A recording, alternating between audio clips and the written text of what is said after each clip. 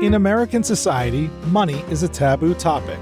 We're taught at a young age it's improper to talk about it, but we're also bombarded with messages about the power and importance of money in our everyday lives. And by not talking about it, we miss out on the skills and lessons we need to effectively understand and financially plan. That changes today. Welcome to Money Tales. Hosted by Sandy Brager and Cami Doder, Money Tales brings more than 35 years of combined professional experience in personal finance to demystify money and demonstrate what it's like to speak openly about personal financial matters.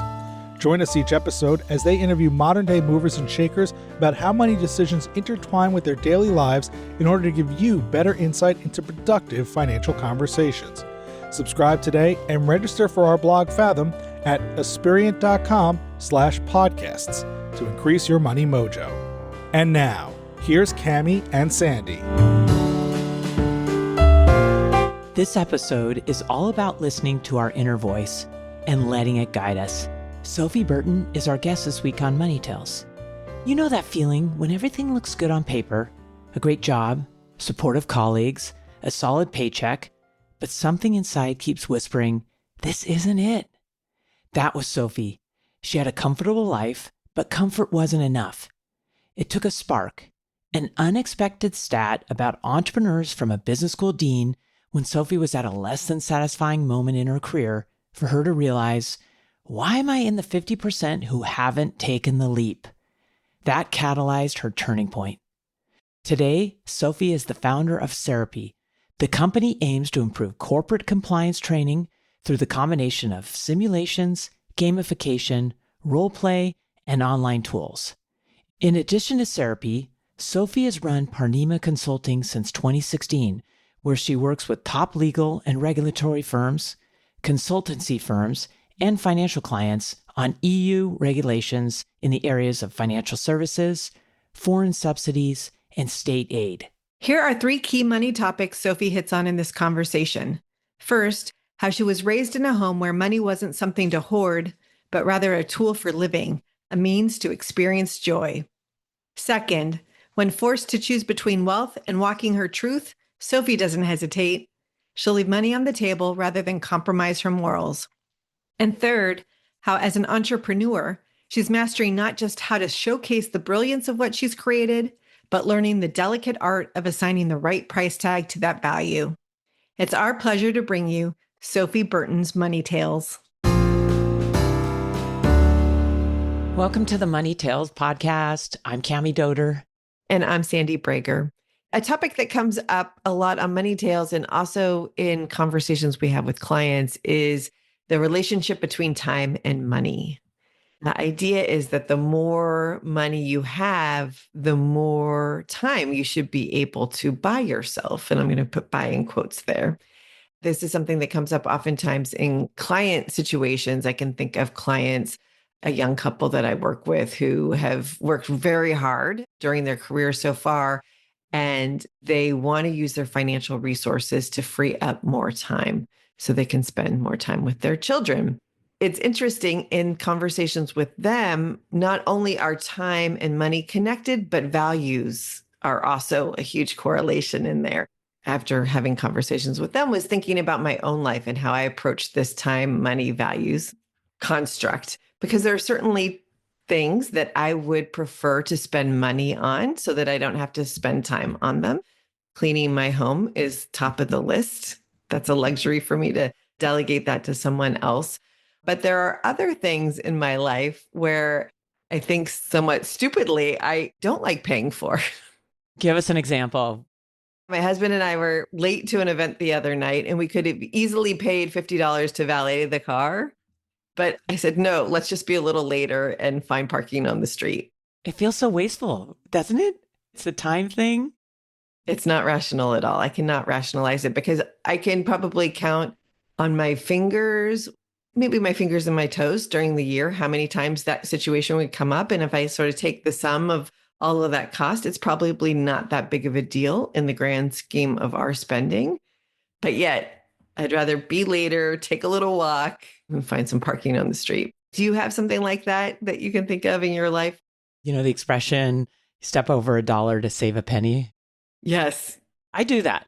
To me, it feels very wasteful and, I don't know, values oriented. If I buy something that I'm not going to use, I'm going to return it.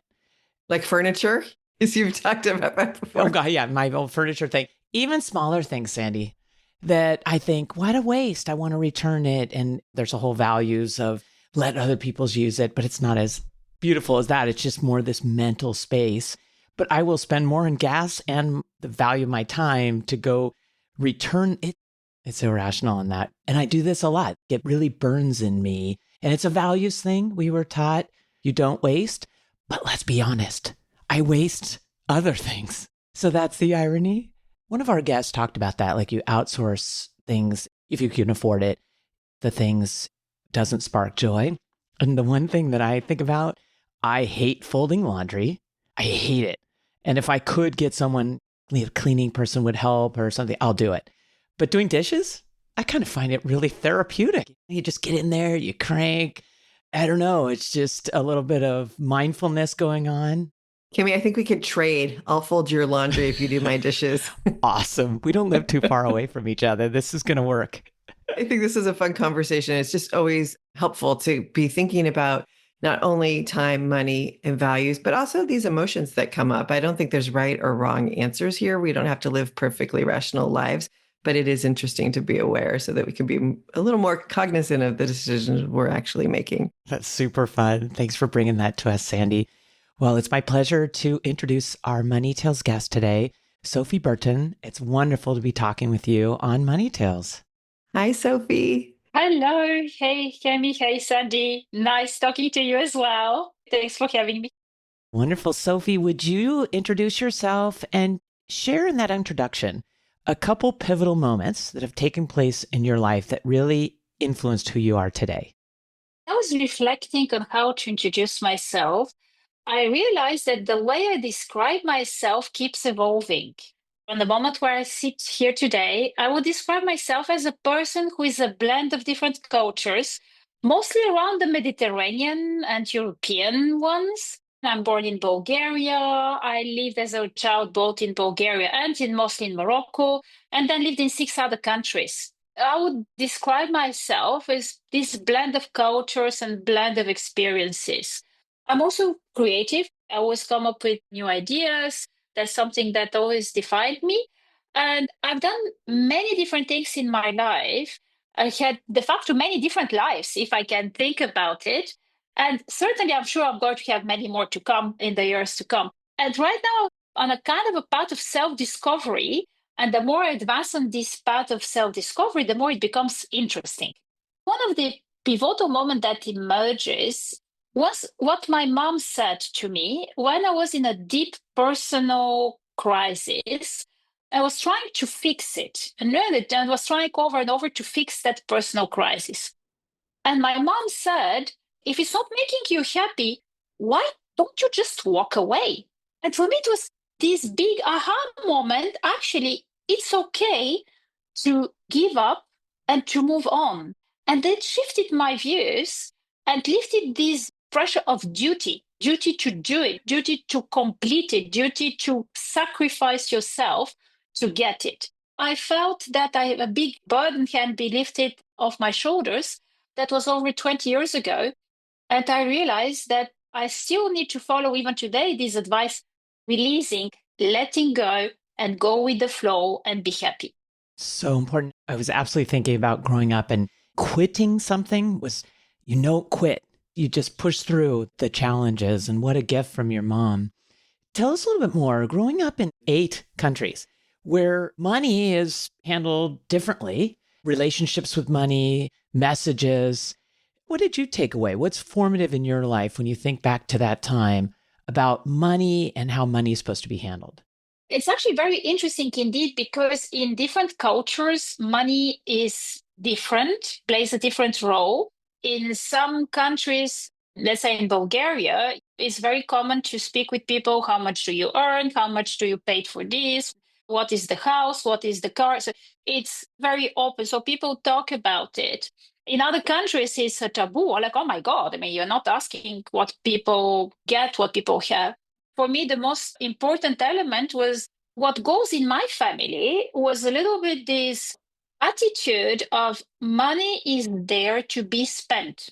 Money is serving it in the family. Before the communists came, there were generations of traders moving between from Jerusalem to Vienna and trading goods. And there were both traders, but they were also constructing the paths and the roads so that the caravans can pass, but also that the others can pass as well, and the bridges and the inns.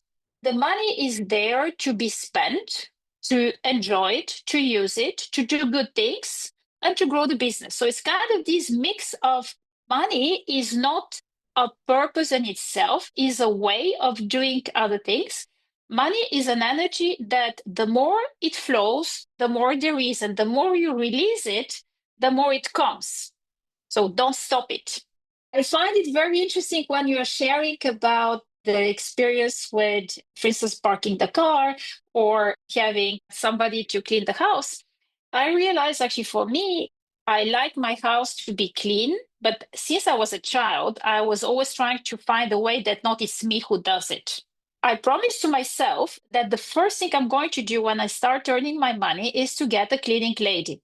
So when I finished, graduated from university, that was the first thing, to get a cleaning lady. So for me, that was a non-negotiable part of my budget to have a cleaning lady. I'd rather give up other things, but that's interesting in terms of values.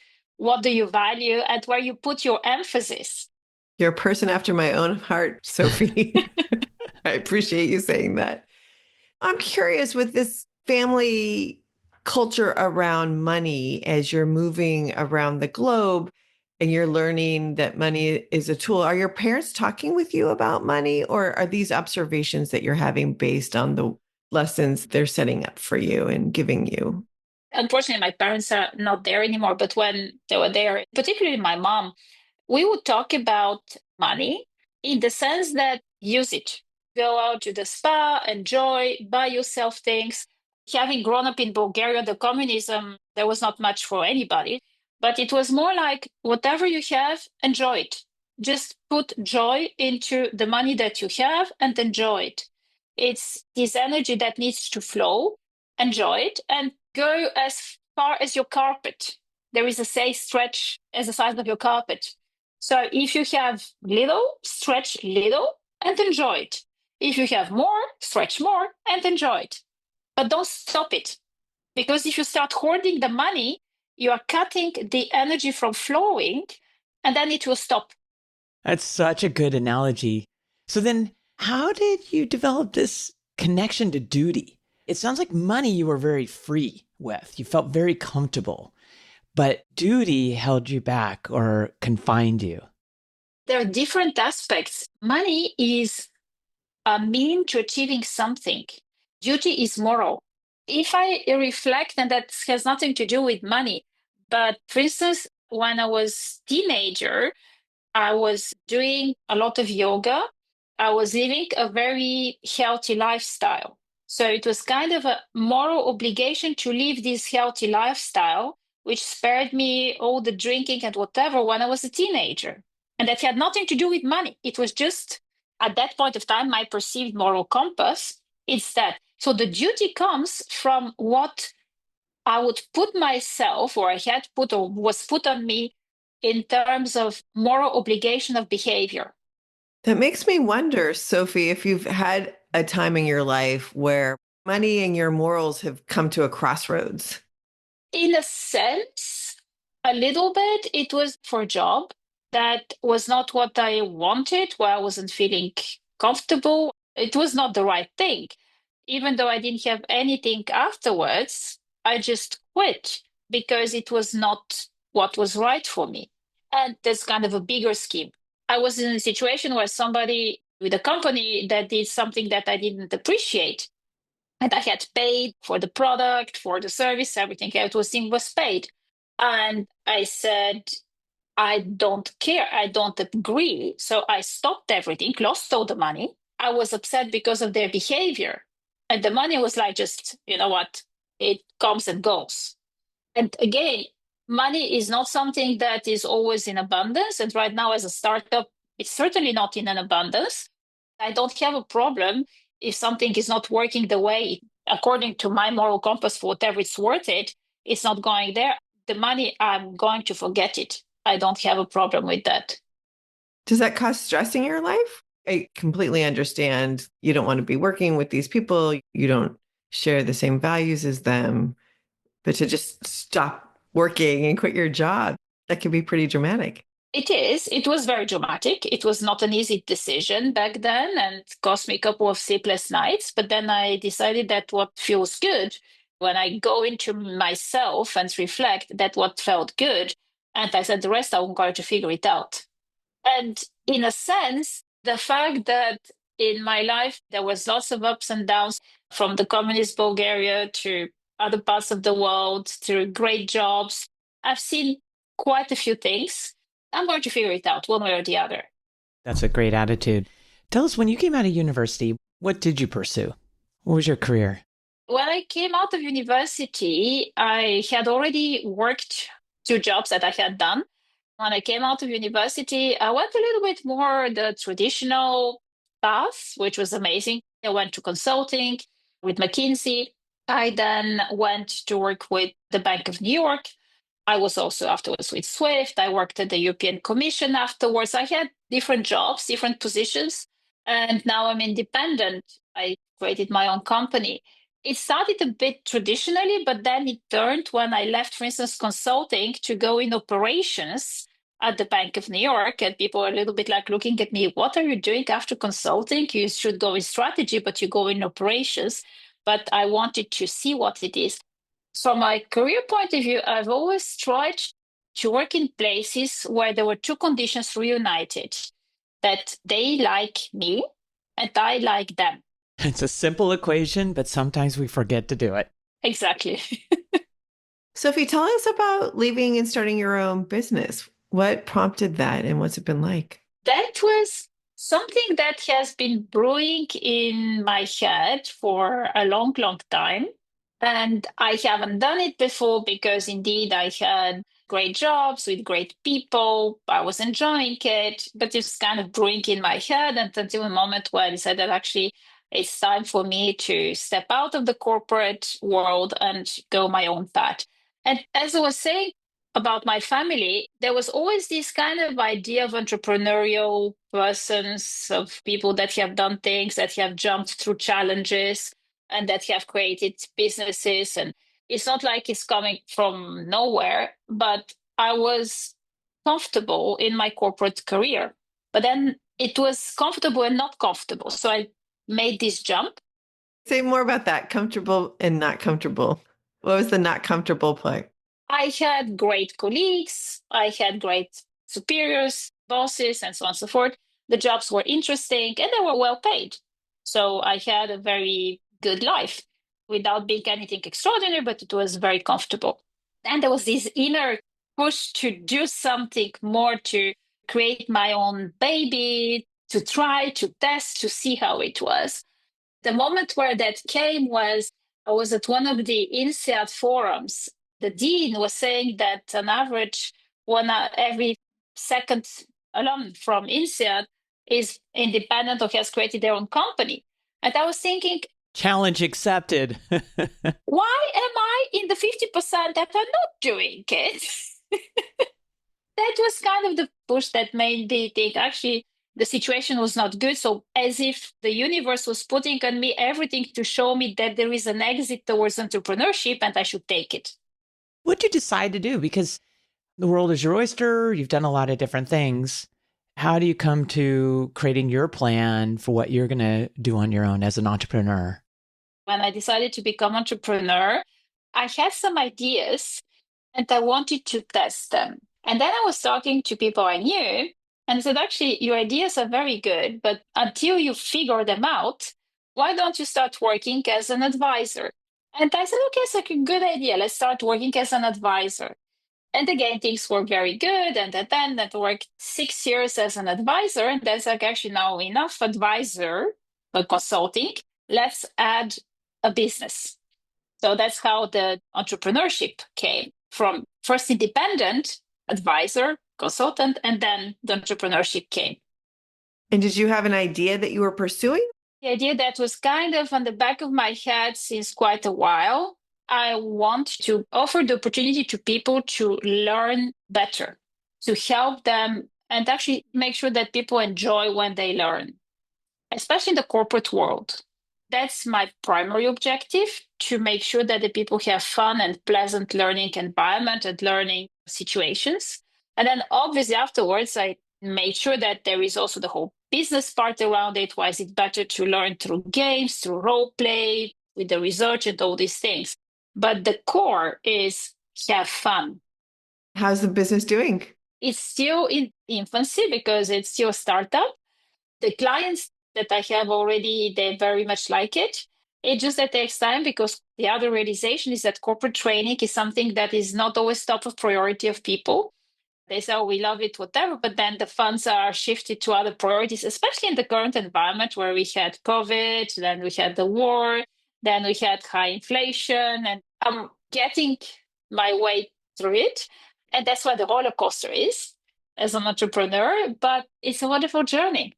It's such an incredible journey to me to set out with a whiteboard and figure out what you're going to do. And then the world does change, and it always will change. And so you've got to manage those variables. I love this idea of gamification of learning, make it fun, because then it's sticky. As you're building this, I'm curious, are there certain industries you're trying to really spend time with? Do you think there's certain training that really lends itself to more gamification? From a training perspective, everything lends itself to gamification, because we as humans learn best by playing and by role plays. So if you have a role play with somebody in a situation, that's how we learn everything.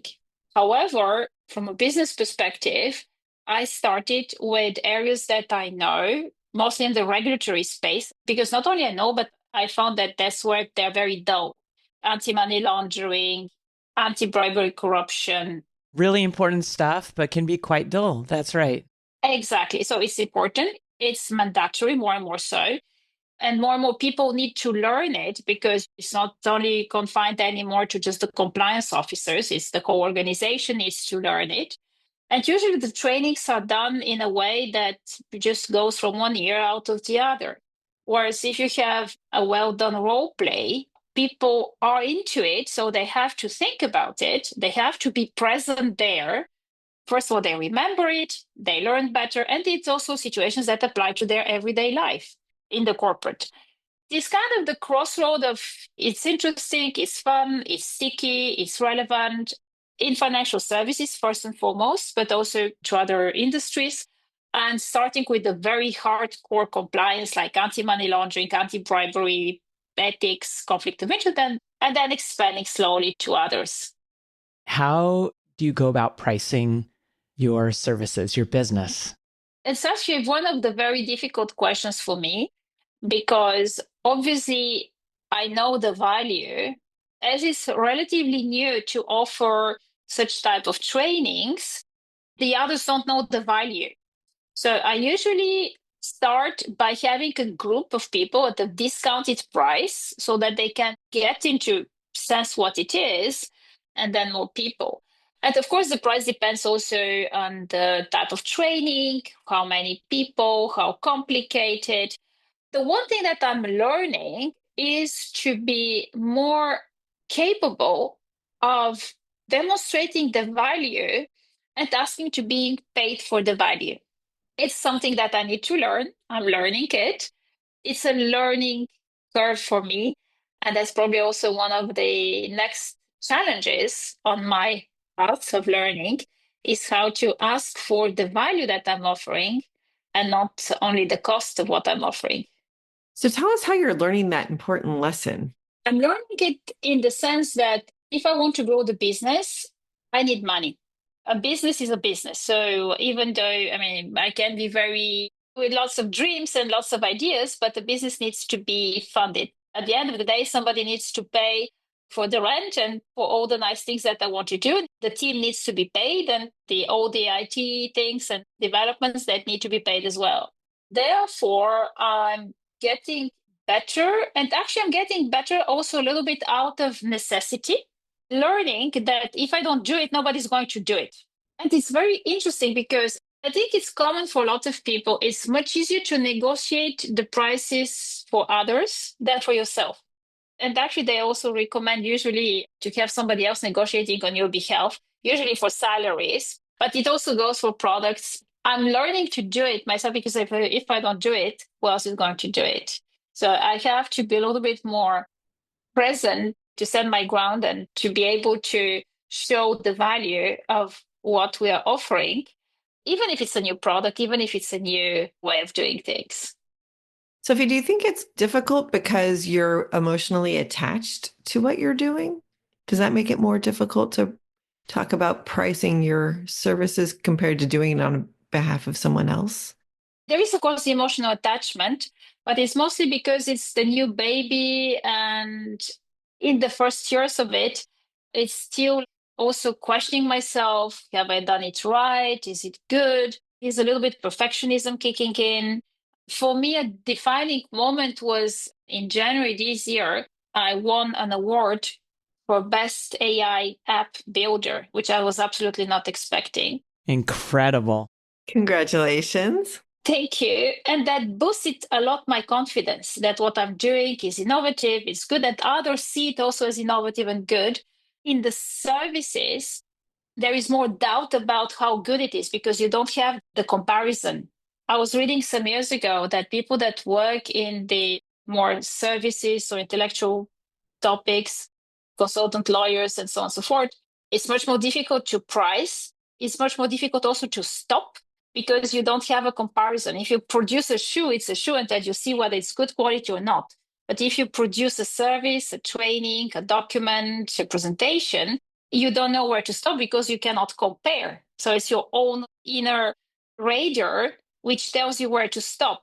If there is a slight tendency to perfectionism, which is actually not a good thing, then it can go up and up and up just by itself. Sophie, it sounds like you're having fun with what you're doing. I love it. I'm curious, how often are you thinking about money in your present moment? Every now and then, when the bills come, that yes, I do think about money because I need to pay them. I'm impressed you're not thinking about it all the time, but you've got that attitude that it's there to be spent. It's there to serve the family's needs.